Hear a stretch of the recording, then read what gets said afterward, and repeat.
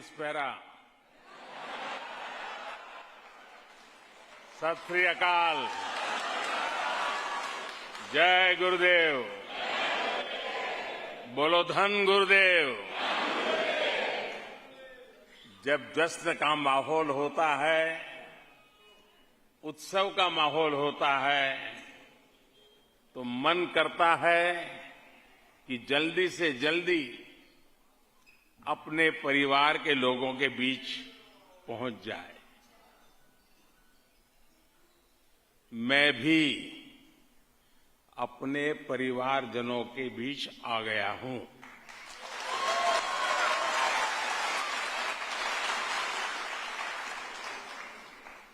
सावन का महीना है,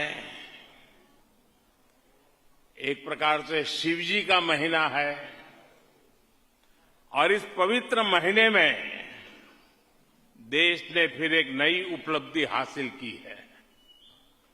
भारत चंद्रमा के डार्क जोन में, साउथ पोल में लैंड करने वाला दुनिया का पहला देश बन गया है।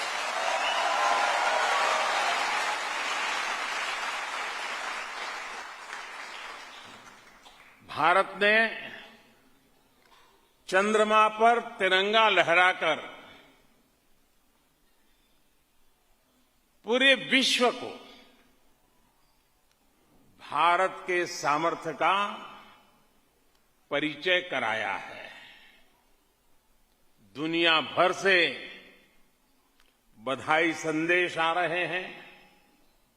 लोग अपनी शुभकामनाएं भेज रहे हैं, और मुझे पक्का विश्वास है लोग आपको भी बधाई देते होंगे। देते हैं ना? ढेर सारी बधाई आपको भी मिल रही है ना? हर हिंदुस्तानी को मिल रही है। पूरा सोशल मीडिया बधाई संदेशों से भरा हुआ है। जब सफलता इतनी बड़ी हो तो सफलता, उसका उत्साह, ये भी लगातार बना रहता है। आपके चेहरे भी बता रहे हैं। दुनिया में कहीं भी रहे, लेकिन आपके दिल में धड़कता है भारत। आपके दिल में धड़कता है, आपके दिल में धड़कता है, आपके दिल में धड़कता है। मैं आज ग्रीस में आपके बीच आकर एक बार फिर सभी को चंद्रयान, उसकी एक भव्य सफलता के लिए बहुत बहुत बधाई देता हूं।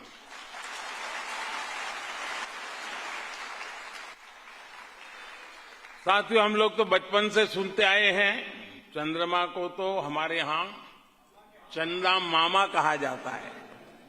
क्या कहा जाता है? आपने देखा होगा, चंद्रयान को लेकर कुछ लोग तस्वीरें शेयर कर रहे थे कि हमारी धरती मां ने अपने भाई चंद्रमा को राखी के तौर पर चंद्रयान भेजा है। और देखिए, चंद्रमा ने कितनी अच्छी तरह उस राखी की मर्यादा रखी, उसका सम्मान किया। राखी का पर्व भी कुछ ही दिनों में आ रहा है। मैं आप सभी को रक्षाबंधन की अग्रिम शुभकामनाएं भी देता हूं।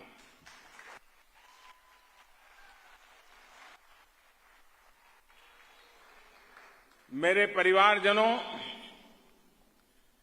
मैं दुनिया के कितने ही देशों में गया हूं, लेकिन ग्रीस आना, एथेंस आना मेरे लिए बहुत खास है। एक तो एथेंस का इतिहास हजारों साल पुराना है। दूसरा, मैं काशी का सांसद हूं, जो दुनिया के सबसे पुराने जीवंत शहरों में से एक है काशी। तीसरा, एक और बात भी है, बहुत कम लोगों को पता होगा, मेरा जहां जन्म हुआ गुजरात में, वो वडनगर, वो भी एथेंस की तरह ही एक जीवंत शहर है। वहां भी हजारों साल पुरानी सभ्यता के अवशेष मिले हैं। इसलिए एथेंस आना मेरे लिए एक अलग ही भावना से भरा हुआ है। और आपने देखा है, ग्रीस की सरकार ने मुझे ग्रीस का सबसे बड़ा नागरिक सम्मान भी दिया है।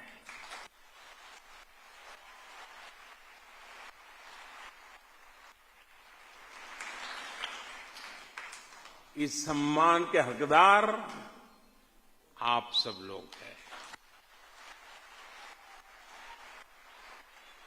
इस सम्मान के हकदार 140 करोड़ भारतीय हैं।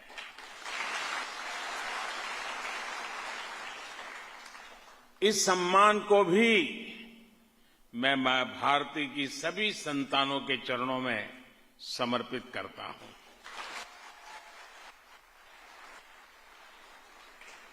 साथियों, आज मैं ग्रीस के लोगों के साथ अपनी संवेदना भी व्यक्त करना चाहता हूं। अभी यहां जब जंगलों में आग लगी तो बहुत बड़ी मुश्किल खड़ी हो गई थी। ग्रीस के कितने ही लोगों की इस आपदा में दुखद मृत्यु तक हो गई। भारत संकट की इस घड़ी में ग्रीस के लोगों के साथ है। साथियों, ग्रीस और भारत के रिश्ते सदियों से हैं। ये रिश्ते सभ्यता के हैं, संस्कृति के हैं। ग्रीक इतिहासकारों ने भारतीय सभ्यता का बहुत गहन वर्णन किया है। ग्रीस और मौर्य साम्राज्य के बीच मित्रतापूर्वक रिश्ते रहे। सम्राट अशोक के भी ग्रीस से बहुत अच्छे संबंध रहे। जब दुनिया के बहुत बड़े हिस्से में डेमोक्रेसी के बारे में चर्चा तक नहीं होती थी, तब हमारे यहां लोकतांत्रिक व्यवस्थाएं थी। एस्ट्रोनॉमी हो, मैथमेटिक्स हो, आर्ट्स हो, व्यापार हो, हम दोनों सभ्यताओं ने एक दूसरे से बहुत कुछ सीखा है और एक दूसरे को बहुत कुछ सिखाया भी है। मेरे परिवारजनों, हर सभ्यता और हर संस्कृति की कुछ न कुछ एक विशेष पहचान होती है। भारतीय सभ्यता की पहचान विश्व को जोड़ने की रही है। इस भावना को हमारे गुरुओं ने सबसे ज्यादा सशक्त किया है। गुरु नानक देव जी का विश्व भ्रमण, जिसको हम उदासियों के रूप में जानते हैं, उनका उद्देश्य क्या था? उनका उद्देश्य यही था कि वो मानवता को जोड़ें, इंसानियत का भला करें। गुरु नानक देव जी ने ग्रीस में भी अनेक स्थानों की यात्रा की थी। नानक नाम चढ़दी कला, तेरे भाणे सर्वदा भला।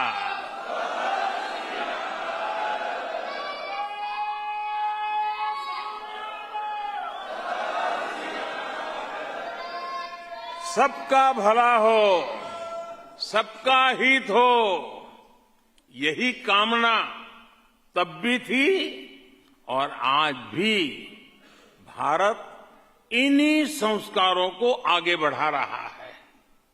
आपने देखा है कि कोरोना काल में कैसे भारत की दवाओं ने सप्लाई चेन को चलाए रखा, रुकावटें नहीं आने दी।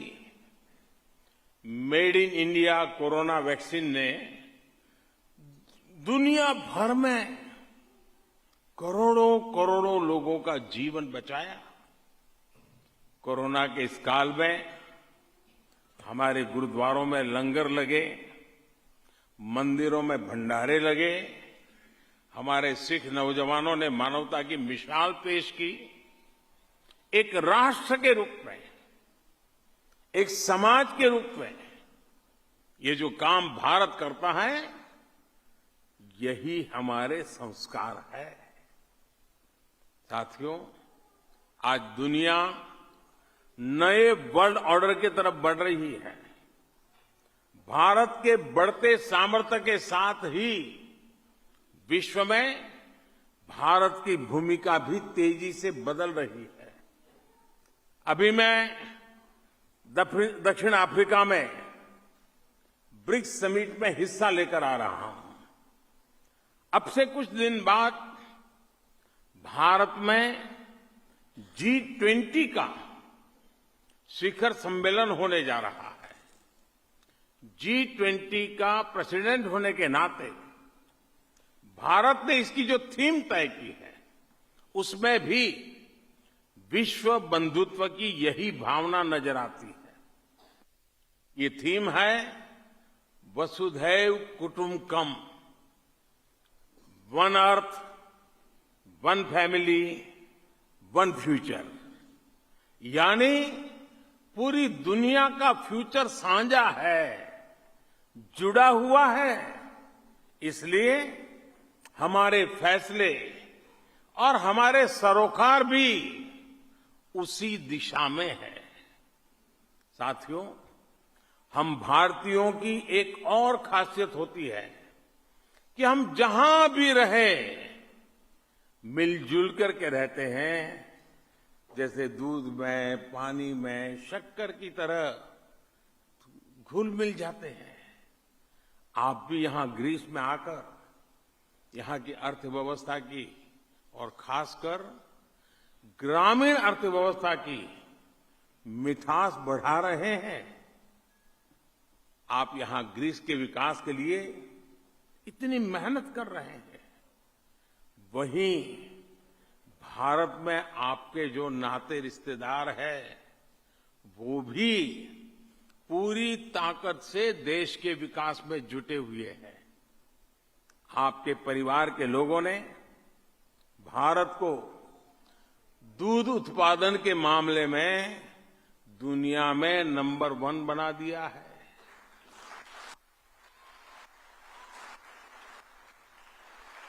आपके परिवार के लोग भारत को धान, गेहूं, गन्ना, फल, सब्जियां, इन सभी के उत्पादन में दुनिया में दूसरे नंबर पर ले आए हैं।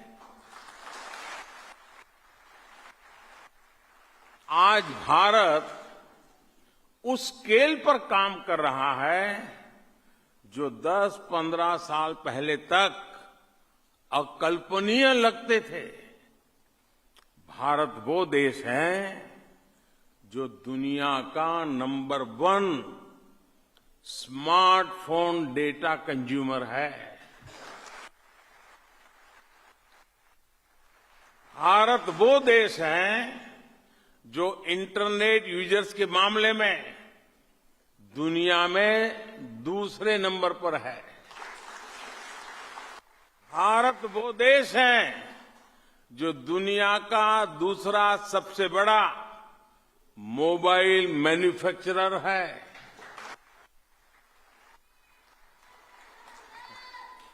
भारत वो देश है जिसमें दुनिया का तीसरा सबसे बड़ा स्टार्टअप इकोसिस्टम है। भारत वो देश है जिसमें दुनिया का तीसरा सबसे बड़ा ऑटोमोबाइल मार्केट है। भारत वो देश है जिसमें दुनिया का तीसरा सबसे बड़ा सिविल एविएशन मार्केट है। साथियों, आज आईएमएफ, वर्ल्ड बैंक हो, सभी भारत की मजबूत अर्थव्यवस्था की तारीफ करते नहीं थकते हैं। आज दुनिया की बड़ी बड़ी कंपनियों में भारत में निवेश करने के लिए होड़ मची हुई है। आज भारत दुनिया में 5वें नंबर की सबसे बड़ी आर्थिक ताकत है।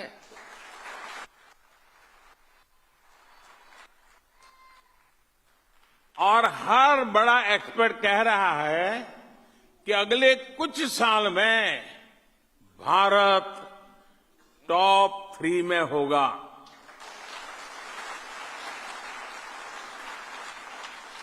साथियों,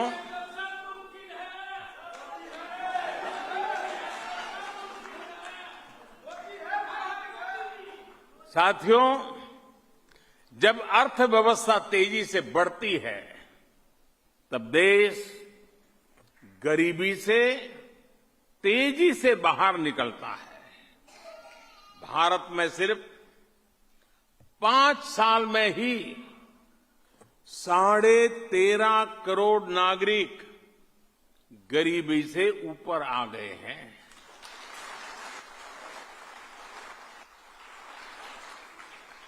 भारत की इकोनॉमी का साइज बढ़ने के साथ ही हर भारतीय, हर परिवार की आय में भी बढ़ोतरी हो रही है और भारत के लोग ज्यादा कमा रहे हैं तो ज्यादा इन्वेस्ट भी कर रहे हैं।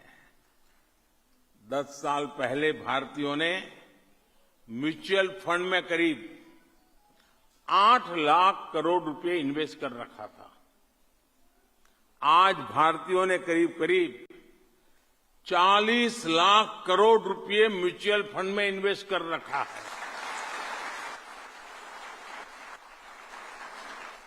ये इसलिए हुआ है क्योंकि आज हर भारतीय आत्मविश्वास से भरा हुआ है और भारत भी आत्मविश्वास से लबालब है। साथियों, आज का भारत अपनी साइंस, अपनी टेक्नोलॉजी, अपने इनोवेशन के दम पर दुनिया में छा रहा है। 2014 के बाद से भारत में 25 लाख किलोमीटर, ये आंकड़ा जरा बड़ा लगेगा आपको, 25 लाख किलोमीटर ऑप्टिकल फाइबर बिछाया गया है। और ये 25 लाख किलोमीटर ऑप्टिकल फाइबर का मतलब होता है ये धरती और चंद्रमा के बीच जितनी दूरी है उससे भी 6 गुना ज्यादा है।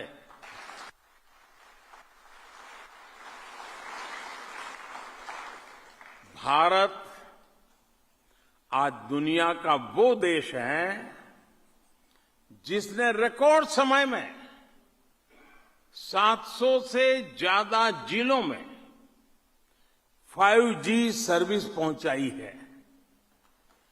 और ये 5G टेक्नोलॉजी हमने कहीं से उधारी नहीं ली, इंपोर्ट नहीं की है, बल्कि ये पूरी तरह से मेड इन इंडिया है।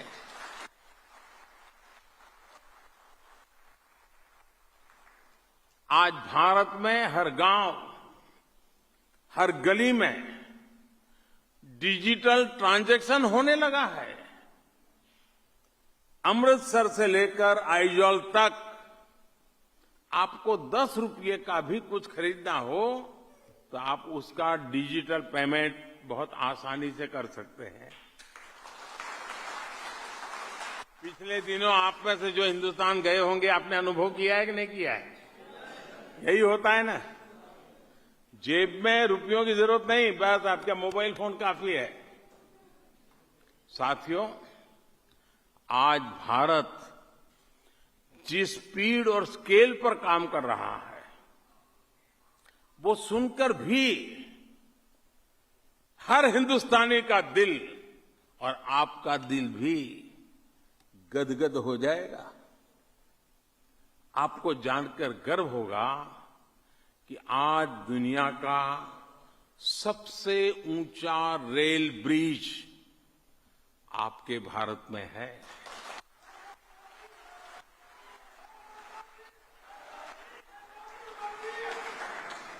आज दुनिया की सबसे ऊंची मोटरेबल रोड आपके भारत में है। दुनिया का सबसे बड़ा क्रिकेट स्टेडियम आज भारत में है। दुनिया की सबसे ऊंची प्रतिमा आज भारत में है। दुनिया का सबसे बड़ा सोलर विंड पार्क हमारे भारत में बन रहा है। चंद्रमा आजकल हॉट टॉपिक है, इसलिए मैं एक और उदाहरण चंद्रमा से जोड़ते हुए दूंगा। पिछले 9 साल में भारत ने अपने गांवों में जितनी सड़कें बनाई है, मैं गांव की सड़कों की बात कर रहा हूं, गांव में जितनी सड़कें बनाई हैं वो धरती से चंद्रमा जितनी दूरी को कवर कर सकती है, इतनी लंबी गांव की सड़कें 9 साल में बनी हैं।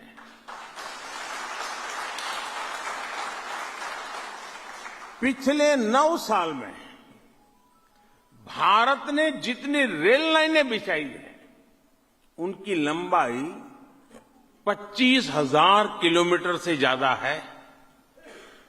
अब ये मैं 25,000 किलोमीटर बोलता हूं तो सिर्फ एक आंकड़ा जैसा लग सकता है कि चलो भाई 25,000 किलोमीटर हो गया होगा। आप ये समझिए कि इटली में, साउथ अफ्रीका में, यूक्रेन में, पोलैंड में, ब्रिटेन में जितना बड़ा रेल लाइनों का नेटवर्क है, उससे ज्यादा रेल लाइनें भारत ने पिछले 9 साल में बिछाई है।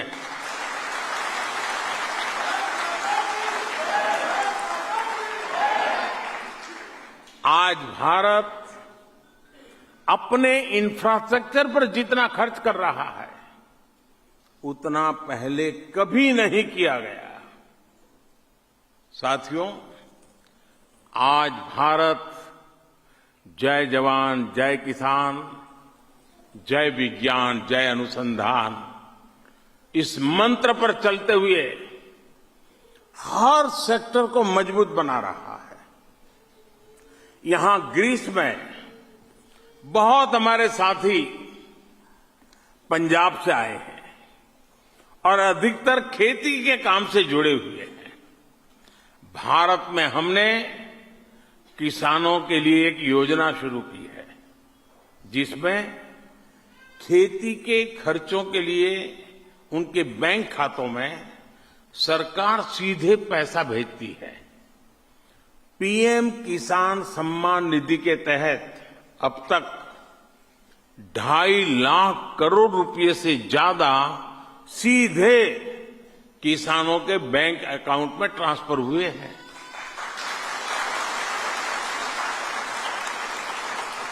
कुछ दिन पहले ही मैंने लाल किले से जो घोषणा की है, वो भी मैं आपके सामने फिर से एक बार कहना चाहता हूं। भारत अपने गांवों में रहने वाली बहनों को ड्रोन पायलट बनाने के लिए बहुत बड़ा अभियान शुरू करने जा रहा है।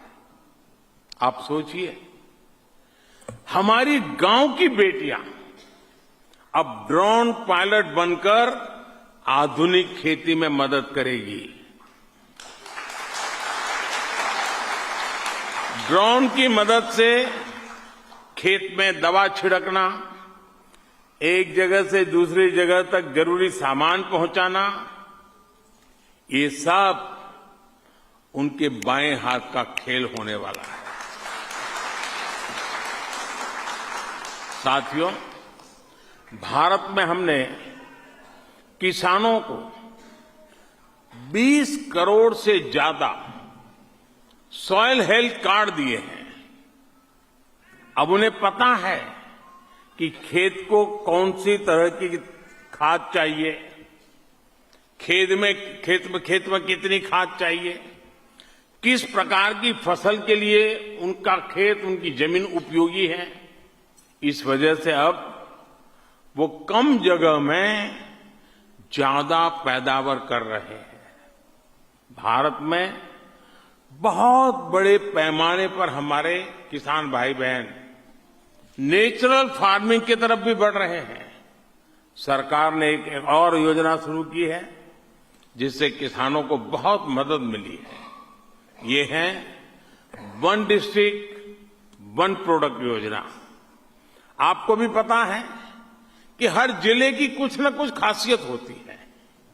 जैसे कर्नाटका के कोडागु की कॉफी हो, अमृतसर का आचार और मुरब्बा हो, भीलवाड़े के मक्के के बने उत्पाद हो, फतेहगढ़ साहब, होशियारपुर, गुरदासपुर का गुड़ हो, निजामाबाद की हल्दी हो, हर जिले के किसी एक प्रोडक्ट पर फोकस करके हम उसका एक्सपोर्ट बढ़ा रहे हैं। यही है आज का भारत जो नए लक्ष्यों के लिए नए तरीकों से काम कर रहा है। साथियों, ग्रीस तो वो जगह है जहां ओलंपिक का जन्म हुआ। खेलों के लिए ये पैशन भारत के युवाओं में भी लगातार बढ़ रहा है। भारत के छोटे छोटे शहरों से निकलकर हमारे खिलाड़ी ओलंपिक से लेकर यूनिवर्सिटी गेम्स तक में कमाल कर रहे हैं। हमारे नीरज चोपड़ा ने जब ओलंपिक में मेडल जीता तो हर किसी को गर्व हुआ है। अभी कुछ दिन पहले ही वर्ल्ड यूनिवर्सिटी गेम्स में भी भारत के बच्चों ने शानदार प्रदर्शन किया है। इस प्रतियोगिता के इतिहास में, यानी जब से ये प्रतियोगिता शुरू हुई तब से भारत ने कुल जितने मेडल जीते थे उससे ज्यादा मेडल इस बार एक बार में ही जीत करके लिए आए हैं।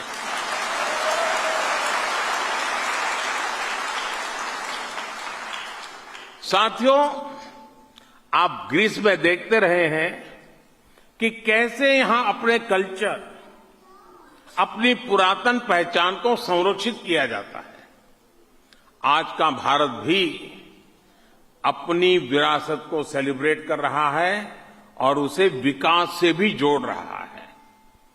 दुनिया का सबसे बड़ा, ठीक से सुना ना, दुनिया का सबसे बड़ा म्यूजियम युगे युगीन भारत अब दिल्ली में बनने जा रहा है।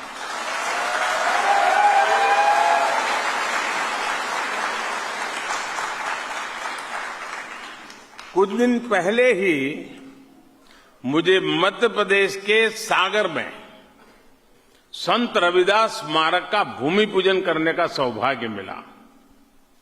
संत रविदास की शिक्षाओं से जनमानस को प्रेरित करने वाला एक क्षेत्र 50,000 से ज्यादा गांवों से लाई गई मिट्टी, 300 नदियों से निकाली गई मिट्टी से ये बन रहा है। आप कल्पना कीजिए कितना बड़ा अभियान चला है। संत रविदास जी का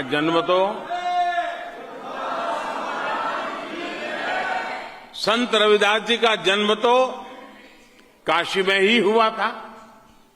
मुझे काशी में संत रविदास जी के जन्म स्थान पर विभिन्न सुविधाओं के विस्तार का भी सौभाग्य मिला है। बीते 9 साल में हमने अपने गुरुओं के पावन स्थलों तक बेहतर कनेक्टिविटी के लिए भी बहुत काम किया है। एक जमाना था जब बहुत दूर से दूरबीन की मदद से लोग करतारपुर साहब के दर्शन किया करते थे। हमारी सरकार ने करतारपुर साहब तक राहदारी भी आसान बना दी है।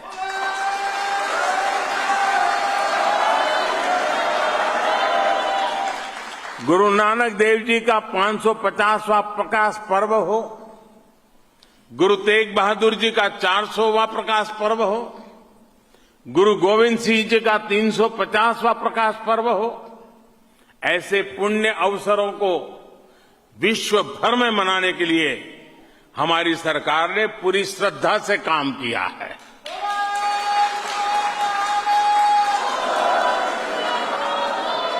अब भारत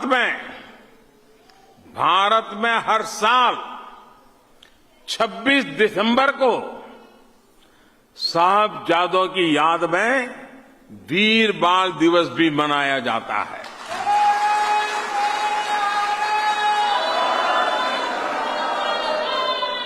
साथियों, भारत में फिजिकल, डिजिटल और कल्चरल कनेक्टिविटी का अमृतकाल शुरू हुआ है।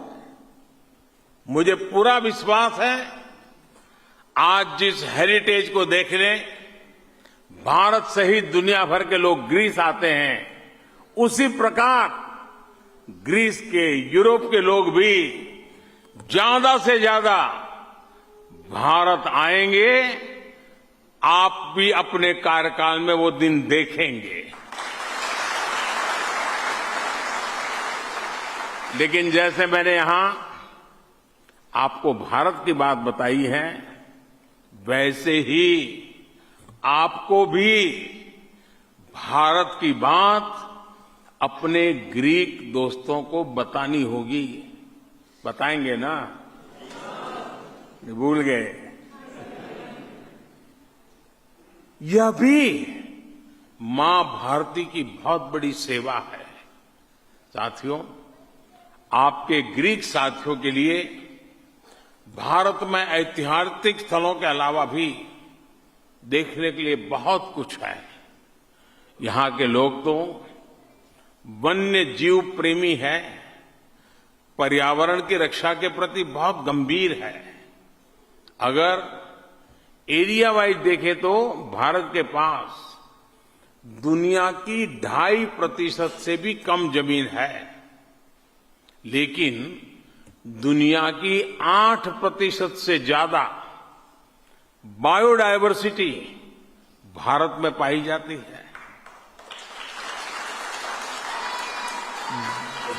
दुनिया की करीब करीब 75% टाइगर पॉपुलेशन भारत में ही है। दुनिया में सबसे ज्यादा टाइगर्स भारत में पाए जाते हैं। दुनिया में सबसे ज्यादा एशियाटिक एलिफेंट भारत में पाए जाते हैं। दुनिया में सबसे ज्यादा एक सींग वाले राइनो भारत में पाए जाते हैं।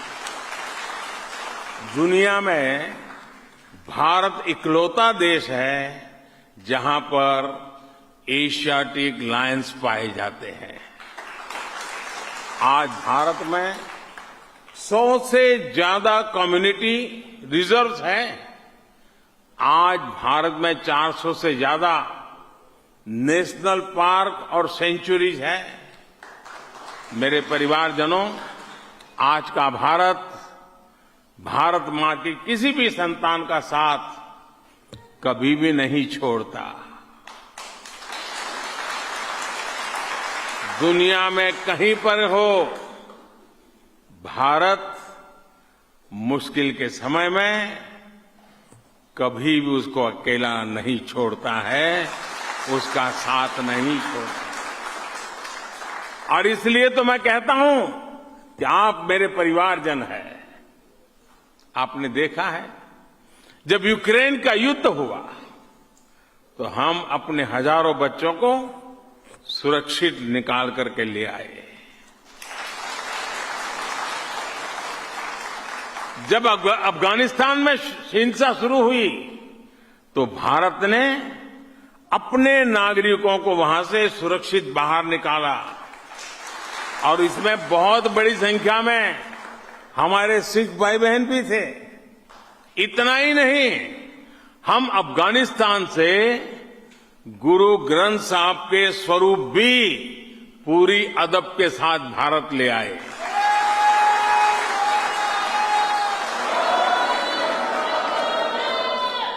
दुनिया भर में फैले भारत के मिशंस अब आपके लिए सरकारी दफ्तर नहीं बल्कि अपने घर की तरह हो रहे हैं। यहां ग्रीस में भी भारतीय मिशन आपकी सेवा के लिए 24 घंटे तत्पर है।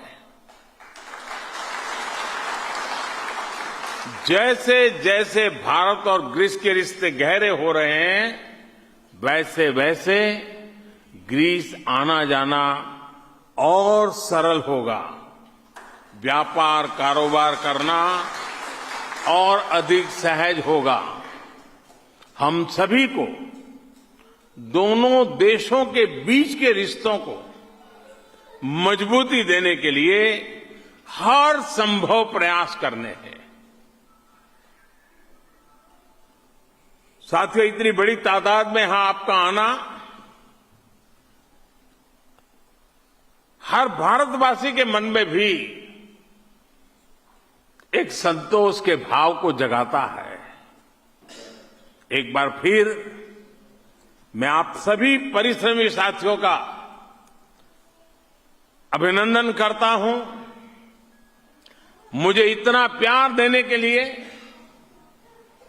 मैं आप सबका आभार व्यक्त करता हूं और मेरे साथ बोलिए, भारत माता की। दोनों हाथ ऊपर करके पूरी ताकत से बोलिए, हिंदुस्तान तक आवाज जानी चाहिए। भारत माता की, भारत माता की, भारत माता की। वंदे वंदे वंदे वंदे वंदे वंदे। बहुत बहुत धन्यवाद।